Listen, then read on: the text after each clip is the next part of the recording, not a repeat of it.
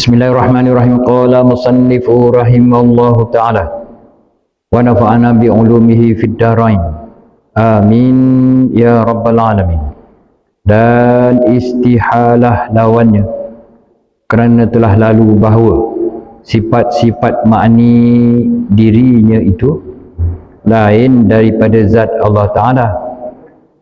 Maka atas qaul yang mensabitkan ahwal, iaitu pertambatan sifat dengan zat, jika tiada sabit pertambatan, nescaya terasing kedua-duanya.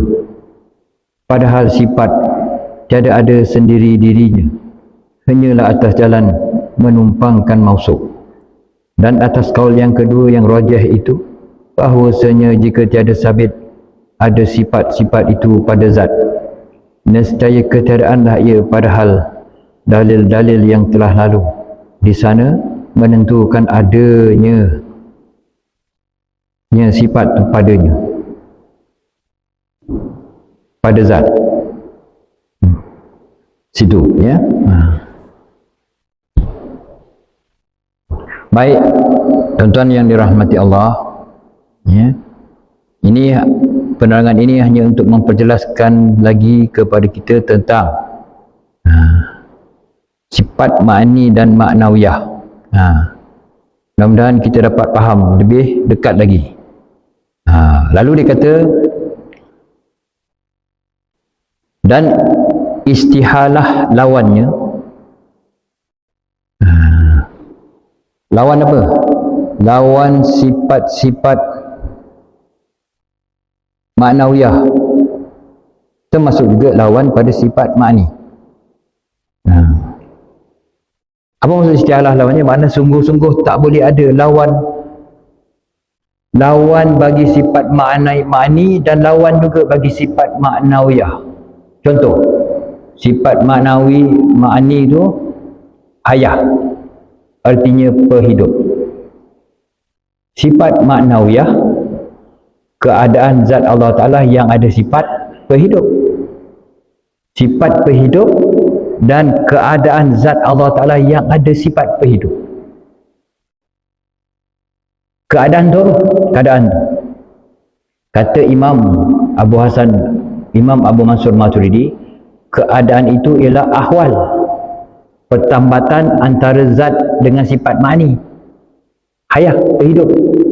Sifat perhidup, hubungan dia dengan zat, itu dipanggil pertambatan. Itu satu kaul, pendapat yang pertama daripada Imam Abu Mansur Maturidi. Maka dia dikatakan sifat. Pertambatan tu dikatakan sifat juga. Mula-mula tadi dipanggil sifat ma'ni.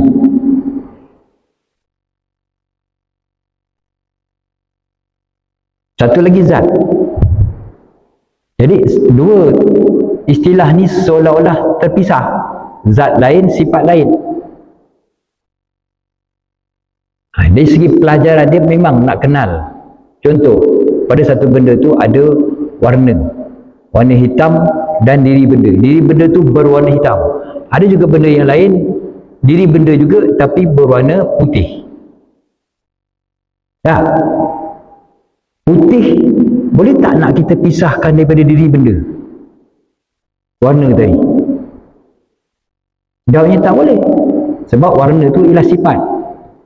Nanti dia lari makna. Contoh, ambilkan aku kayu putih tu. Kayu putih tu kebetulan dia sapukan warna dengan warna putih. Kalau dia keluarkan warna putih, panggil apa? Kayu putih lagi? Bukan. Kayu putih dah binasa. Pasal pisah daripada sifat dengan zat. Itu boleh menerima binasa kerana zat tadi jirim. Tapi kalau zat qadim, dia tak boleh pisah. Selama-lama tak boleh pisah. Pasal tak ada siapa yang buat dia. Ada dia sendiri dia. Yang boleh pisah ni zat jirim. Maka kalau kayu putih tadi dibuangkan putih tu, orang panggil kayu apa? Apa yang ada pada dia, coklat asal ke umpamanya. Tu zat. Jadi zat dengan sifat tak boleh pisah. Balik-balik pada zat Allah Ta'ala dengan sifat ni pun sama juga, tak boleh pisah. Dan beza dia, kita boleh pisah kerana kita dijadikan. zat dan sifat kita boleh dipisah, tapi bisa binasa lah. Sama juga seperti roh dan jasad. Mana zat? Jasad. Mana sifat? Roh. Apa jadi kalau roh dan jasad terpisah? Roh dan jasad dipisahkan. Allah cabut roh, artinya apa? Tinggal jasad. Orang panggil apa? Mati itu apa? Binasa. Itu bandingan dia. Zat dengan sifat tak boleh pisah. Tak boleh pisah. Maka bagi zat Allah Ta'ala pasti dia tak boleh pisah selama-lamanya. Bila ada zat mesti ada sifat. Kalau zat sifat tu qadim, sedia kala tak ada mula, sudah pasti dia tidak akan ada akhir. Kalau sifat itu ada mula, maka dia akan ada akhir. Tetapi boleh dikekalkan jika yang menjadikan dia hendak mengekalkan, maka kekallah. Fikir dalam-dalam, dengan kemas, dengan tenang. Kita duduk dekat mana agak-agak? Fikirlah, zat kita ada mula tak? Ada mula. Bermakna ada akhir? Ada akhir. Bezanya kalau Tuhan nak kekalkan boleh tak? Boleh, kerana kita diciptakan. Apa tanda kita dicipta? Tandanya kita ada mula. Bila mula kita? Dilahirkan oleh ibu kita. Itu nak kenal zat dan sifat tu. Bila kita kenal zat dengan sifat, barulah kita sedar bahawa kita berada di dalam takluk qabdah, di dalam genggaman, di dalam naungan, di dalam pergantungan kita hanyalah pada Tuhan yang Khaliqul A'lam, yang menjadikan seluruh alam. Kita berada di dalamnya, bukan kita seorang-seorang, bukan kita bersendirian.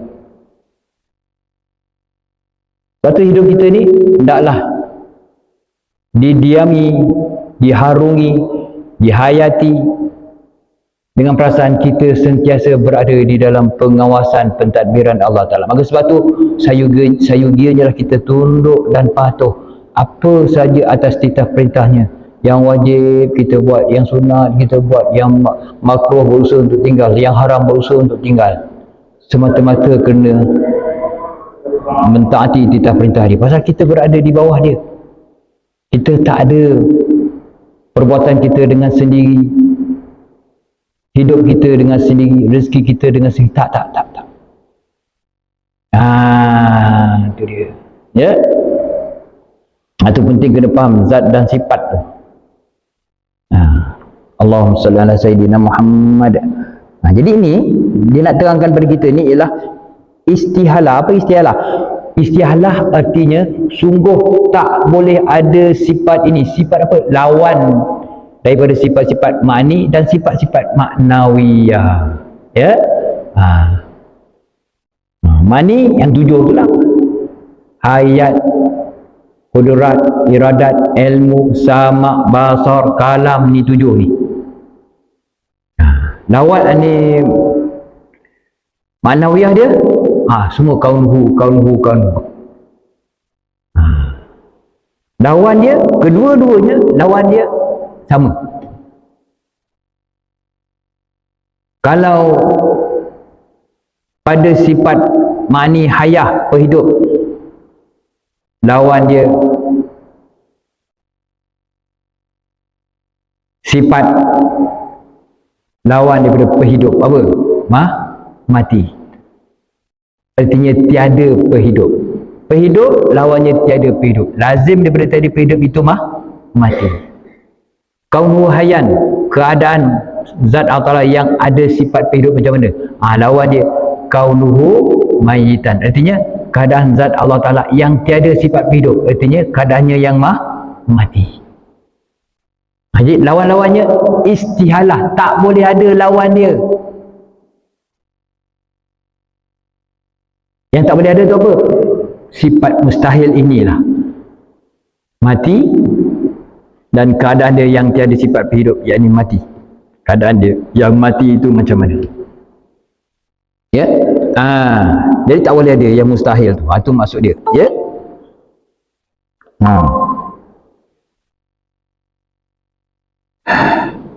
Kerana telah lalu bahawa sifat-sifat ma'ani, dirinya sifat ma'ani itu, kudat ilmu hayat sama bahasa kalam tu,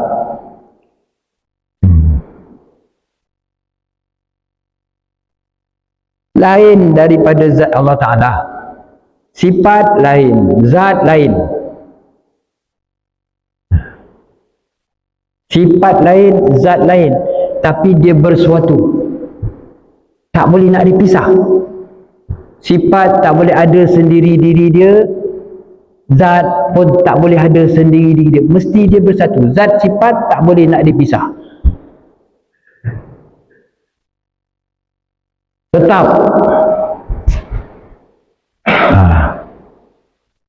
Jadi istilah-istilah tu penting supaya kita kenal perbezaan dia. Yang wajib kita pelajari apa? Sifat. Zat, kita hendaklah yakini wujudnya zat itu dengan apa? Dengan wujudnya sifat-sifat ma'ani ini. Bila ada sifat ma'ani, artinya memang adalah zat Allah Ta'ala yang bersifat dengan sifat ma'ani. Ada dengan dapat dikesan dengan panca indera. Ada mata, kita boleh melihat. Ada telinga, kita boleh mendengar, merasa, menyentuh, membau, ya, semua sifat-sifat ma'ani ini. Bila masa kita sampai besok, itu sifat ma'ani, sifat yang bangsa ada, yang dapat dikesan dengan panca indera. Maka kita ni nak meluluskan tauhid kita, pegangan kita atas dunia ini, supaya besok kita dapat diterjemahkan dengan perkara yang kita telah yakini sepanjang masa kita hidup. Tu sebab kita nak belajar. Bukan kita belajar teori yang sekadar teori yang bendanya belum tentu ada, tak ada. Tak. Yang kata belum tentu ada, tak ada, itu orang yang kafir, orang yang tiada keyakinan. Orang beriman yang ada keyakinan, dia pasti, dia yakin perkara ini mesti ada. Tambahan lagi, mereka mempelajari sifat-sifat ma'ani zat. Nak dapat keyakinan ini ialah tuan-tuan, berkat tuan-tuan jaga istiqamah tu. Bila tuan-tuan dah biasa dengan istiqamah, tuan-tuan akan rasa apa? Allah, aku tak datang mengaji satu hari, ya Allah, aku rasa ya Allah tak sedap. Mesti nak belajar. Pasal dalam pelajaran ini kita dapat didedahkan pengetahuan kita pada mengenal Allah Ta'ala. Tu kan. Ingat tu ya tuan-tuan ya. Mesti kita menghayati. Ya. Jadi dia kata di sini, qala musannifu rahimahullah ta'ala,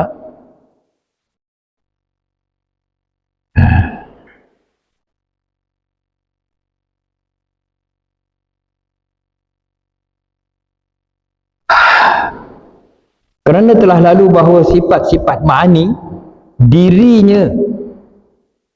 sifat ma'ani itu, ya, lain daripada zat Allah Ta'ala.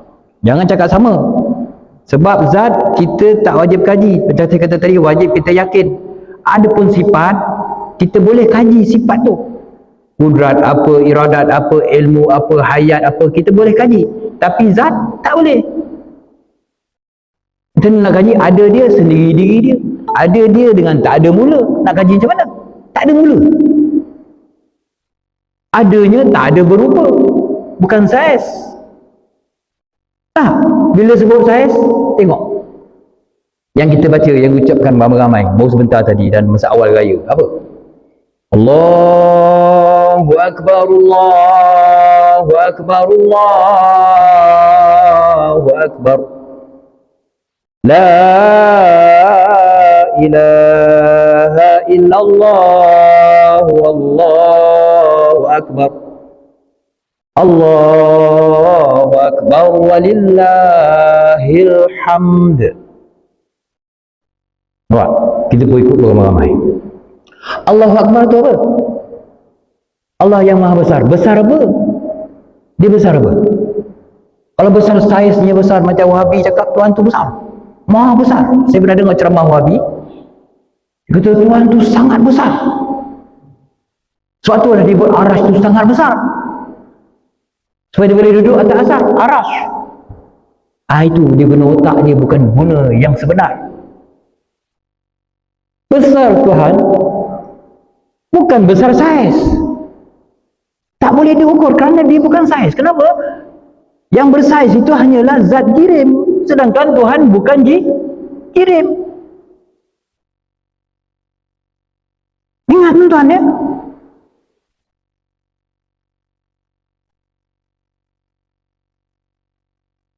Zat Tuhan bukan besar saiz.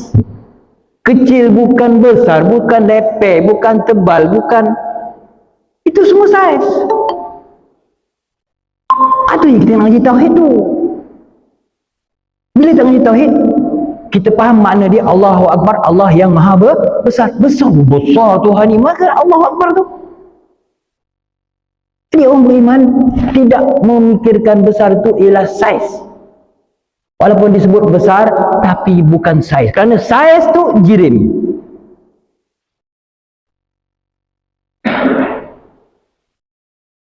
Bila jirim, dia berubah-ubah sifat dia. Besar bermula dengan kecil. Ada mula. Besar tu bermula dengan tiada. Lepas tu baru ada. Kemudian dia membesar. Itu sifat arat nama dia. Pada Tuhan bukan arat. Sebab tu besar Allahu Akbar tu bukan saiz. Lepas tu dia kata Akbar, Tuhan yang maha besar. Besar mana? Besar yang layak dengan dia. Yang penting dia bukan saiz. Kalau saiz itu jirim. Sifat bagi jirim ialah saiz. Besar pun jirim. Sifat dia dinamakan arat. Kecil pun saiz, sifat bagi jirim dinamakan arat. Adapun pada zat Allah Ta'ala bukan besar, bukan kecil. Jadi maha besar boleh diletakkan juga maha agung, maha mulia, maha tinggi pun yang bukan saiz. Itu Akbar, Allah yang maha besar, segala kebesaran dia.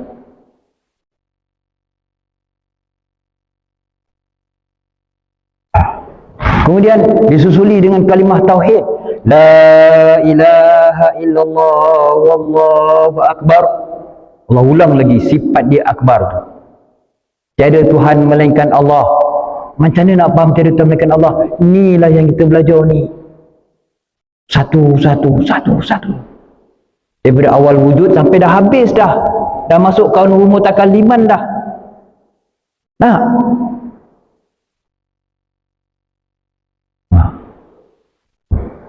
Maka sebab itulah kita mohon kepada Allah agar diberikan kepahaman, kejelasan, keyakinan dengan sifat 20 yang kita dah belajar. Kalau tak nampak, mohon dapat diulang lagi sampai jelas. Kenapa nak jelas? Sebab bila dah jelas, ni isteri kita, anak-anak kita, cucu kita, atas kita mungkin dah tak ada, kita nak buat macam mana lagi? Ni yang berada bersama kita ni jelas, dan kita boleh menjelaskan orang lain. Tu dia. Jangan sampai kita tertipu oleh nafsu syaitan. Dia kata apa? Asyik belajar tu je bila nak maju. Perkataan sikapi. Sebab dia suka dengan kejahilan. Dia tak kenal Tuhan, dia suka keadaan begitu. So dia bebas melakukan perbuatan yang dimurkai oleh Tuhan. Boleh dia menyusun alasan besok, aku tak tahu ya Tuhan. Tak tahu. Kamu tak tahu. Kemudian belajarnya sambil lalu. Tuhan tunjuk nak dapat dunia pun dengan ilmu. Lulus, berjaya, dapat sijil, dapat diploma, dapat ijazah, doktor, PhD sebagainya sampai profesor. Kan lain-lain martabat. Maka kenapa belajar kita tak nak sampai, belajar tauhid tak nak sampai tahap profesor? Jelas sejelas-jelasnya. Kenapa? Tak. Kenapa? Apa soal? Maka kita kena usul sampai kita boleh. Bila dah dapat nakkan penjelasan, dah terang lagi bersuluh. Wasulhu khair. Bersuluh tu, itu dah terlebih baik. Itu sebab kenapa ya ibu ayah kita, datuk nenek kita yang telah pergi lebih dulu tu kan, ini Bagaimana belajar sifat ruku? Belajar sifat ruku. Bukan kuman-kuman ilmu untuk mengenal Allah Ta'ala. Tengok apa yang berlaku di bumi, ya, mulia Palestin, Gaza tu, yang dicemburui oleh musuh utama Islam, iaitu Yahudi dan Nasrani. Sangat cemburu dengan kelebihan yang ada pada akidah umat Islam Gaza dan setengah daripada Palestin tu. Cemburu kat mana agak tuan-tuan? Cemburu pada kekayaan. Mereka lebih kaya. Cemburu dengan kekuatan material, mereka lebih canggih. Nisbah senjata. Mereka cemburu akidah. Akidah penduduk Islam di tebing barat dengan akidah Islam di Gaza, Palestin, mereka begitu respect, selut dengan akidah umat Islam di Gaza dan Palestin. Bumi dah hancur, dah punah, dah rosak, dah tumpang teduh, hujan pun tak boleh, tapi tetap masih ada balasan, jawapan, serangan yang mereka hala tujukan ke Gaza dan Palestin tu. Hidup lagi, melawan mereka balik. Hantar 1 batalion, 2 batalion, 3 batalion, mati. Sampai hari ini dia tak boleh mengaku dia menang. Tak boleh. Dah hancur dah. Itu begitu respect bagaimana orang Gaza, orang Palestin begitu kuat. Suruh lari, tak nak lari. Padahal mereka dah dijanjikan, kalau kamu serahkan negeri kamu ni pada kami, negeri kamu kami akan bangunkan balik blokad apa tu, sekatan bantuan daripada seluruh dunia kami akan buka, kata pemimpin Yahudi ini. Dia kata tidak sekali-kali. Nampak? Menyaut lagi tuan-tuan. Menyaut lagi.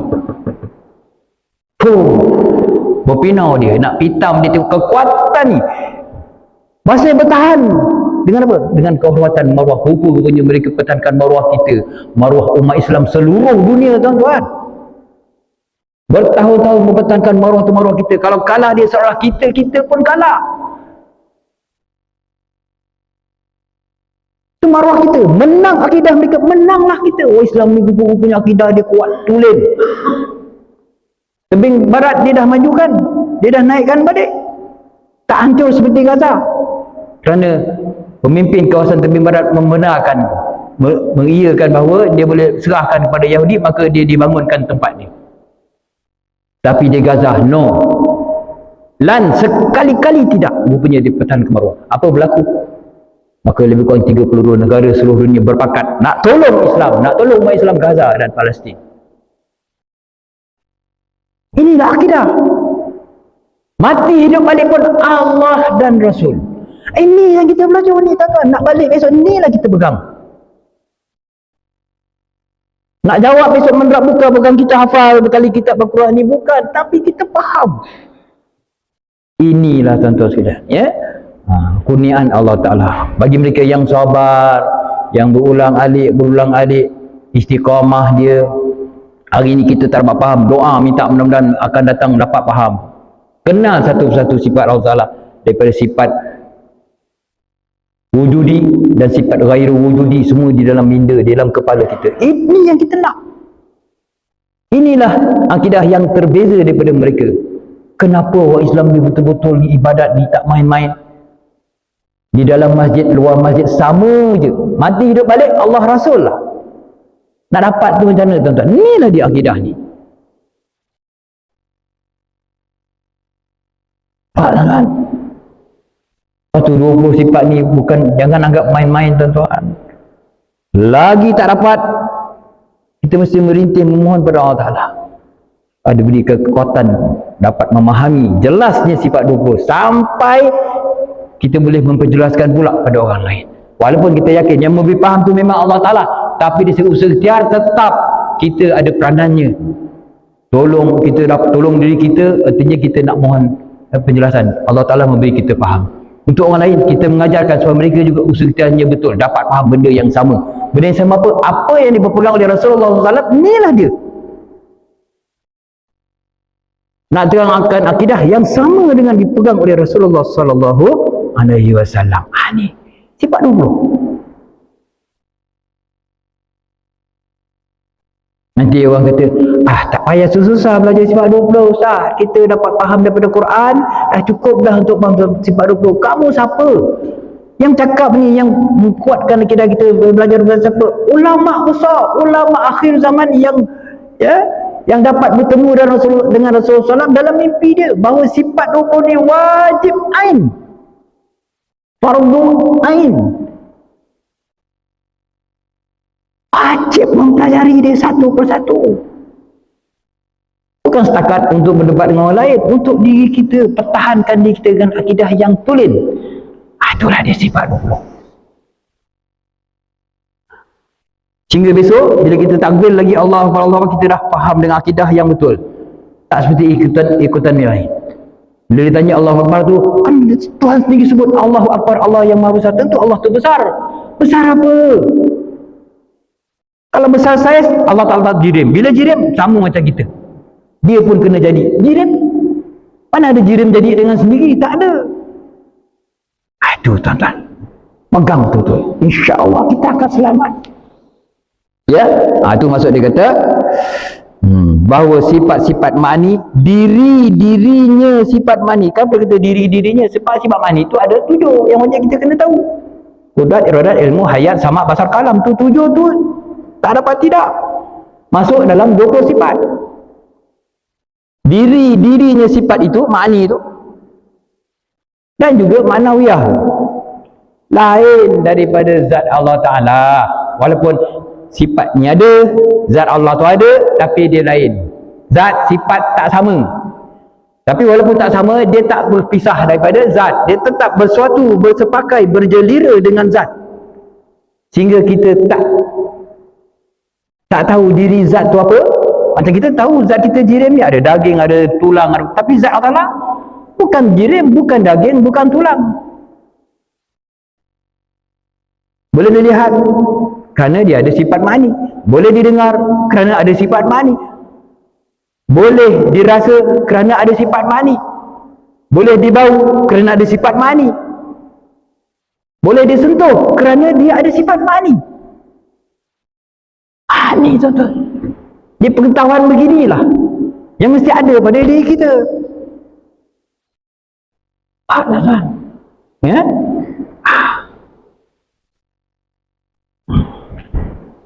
Inilah yang memungkinkan, yang mencapaikan cita-cita kita, iaitu ya Allah, matikanlah kami dengan husnul khatimah, setelah kita yakin pada zat Allah Ta'ala dengan sifat-sifat yang ada pada dia. Kurang 20 sifat ni yang kita kena tahu. Walaupun sifat-sifat yang wajib bagi zat tu amat banyak, bukan 20, tapi 20 ni walaupun 20 kita dapat memahami.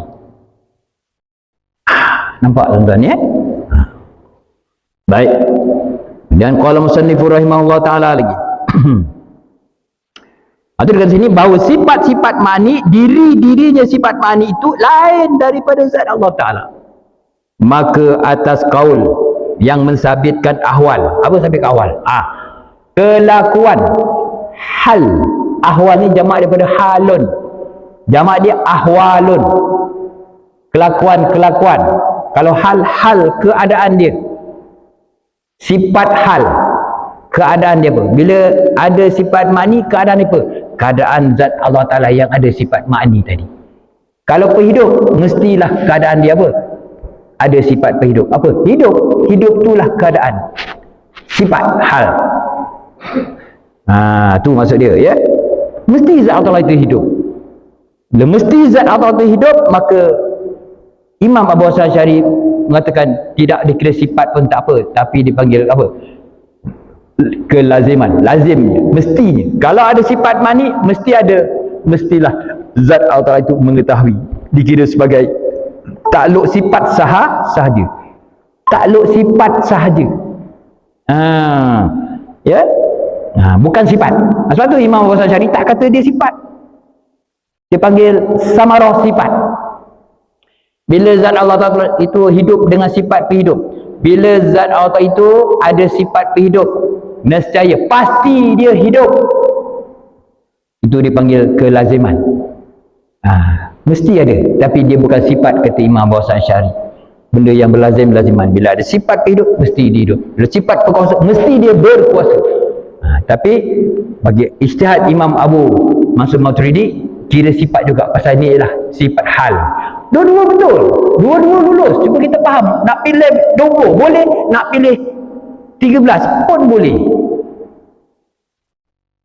Itu ya, insyaAllah nanti kita jumpa penerangan yang serunya, kita akan mudah faham insyaAllah. Ini gambaran-gambaran yang diberi lagi, walaupun dah habis, dah khatam dah ya. Kalau kita ulang akan lebih cantik, ulang akan lebih cantik, sampai kita boleh bertutur dengan dia. Dari soal jawab kita boleh menjawab, terutama yang di bawah tanggungan kita tu dulu. Kadang-kadang kita berbual, berbicara pun boleh kita dapat menerangkan pada mereka. Ini kebaikan kita beristiqamah di dalam belajar ya. Gitu. Allahumma salli ala Sayyidina Muhammad. Sikit lagi kita cari dia punya stesen pula, ada masuk waktu kot. Maka atas kaul yang mensabitkan ahwal, siapa mensabitkan ahwal tadi? Imam Abu Mansur Maturidi ya, iaitu pertambatan sifat dengan zat ya. Dikatakan zat Allah yang ada sifat ma'ani tadi kan. Jika tiada sabit pertambatan, nescaya terasing kedua-duanya, kata Imam Abu Mansur Maturidi. Mesti ada sifat hal. Kalau tak ada, seperti zat sifat ni terasing. Kata pandangan dia lah, pandangan dia. Padahal sifat tiada ada sendiri dirinya. Sifat sebenarnya dia tak boleh berasing. Tak boleh berasing. Mesti dia bersatu dengan zat. Maka sebab itulah kuat pada pandangan Imam Abu Hasan Asy'ari, bila zat ada sifat ma'ani, pasti dia boleh ya, ada samarah sifat dia. Samarah sifat tu ya. Dia panggil kerja sifat, hasil sifat, jasa sifat. Itu dia.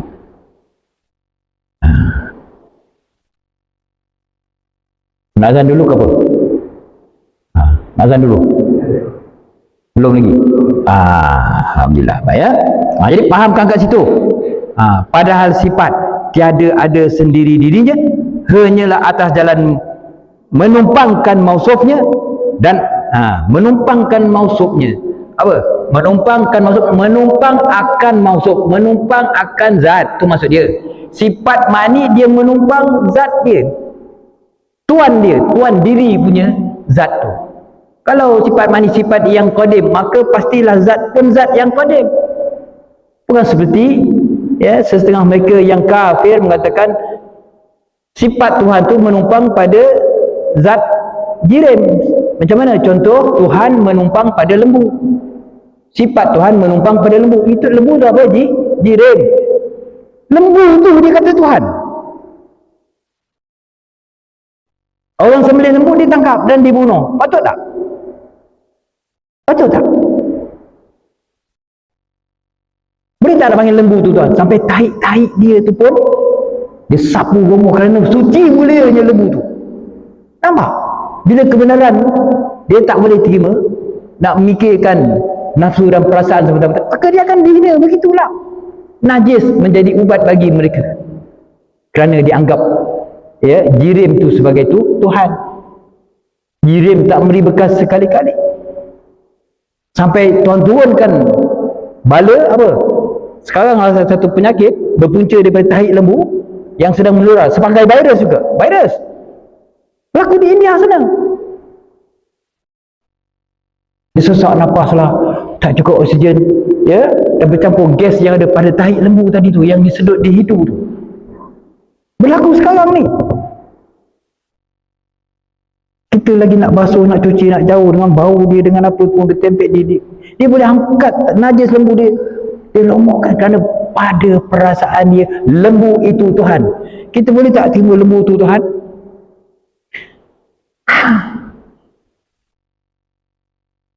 Dia begitulah Tuhan nak memuliakan kita. Yang salah tu salah, yang benar itu benar. Macam mana nak kata Tuhan itu benar? Yang dia katakan ma'budu lil haqqi, Tuhan itulah yang disembah dengan sebenar. Dengan sebenar tu macam mana? Inilah dia. Istighna 11, iftikar 9. faham ni 11 dengan 9, insya-Allah berjaya, aman segala tuan-tuan punya amal ibadat diterima Allah Ta'ala, termasuk sembelihan baru ni, 9 korban baru ni. Ya Allah, aku tak tahu apa benda ya Allah tentang korban, aku nak serahkan pada wakil yang menjaga sembelihan daripada awal sampai akhir. Tu je niat dia. Dia serahkan bahagian dia, satu bahagian berapa ratus ini? 700, 800. Ini bahagian saya ni. Saya wakilkan Tuan daripada awal sampai akhir. Tuan tolong uruskan untuk korban saya. Apa dia? Serahkan duit untuk beli lembu, serahkan lembu tu nanti pada penyembelih, terus niatkan ini aku wakil daripada sekian-sekian simbolan untuk sembelihan. Dah selesai. Sekali niat dia. Untuk ketiga-tiga lulus. Macam tu tuan-tuan. Senang. Terima.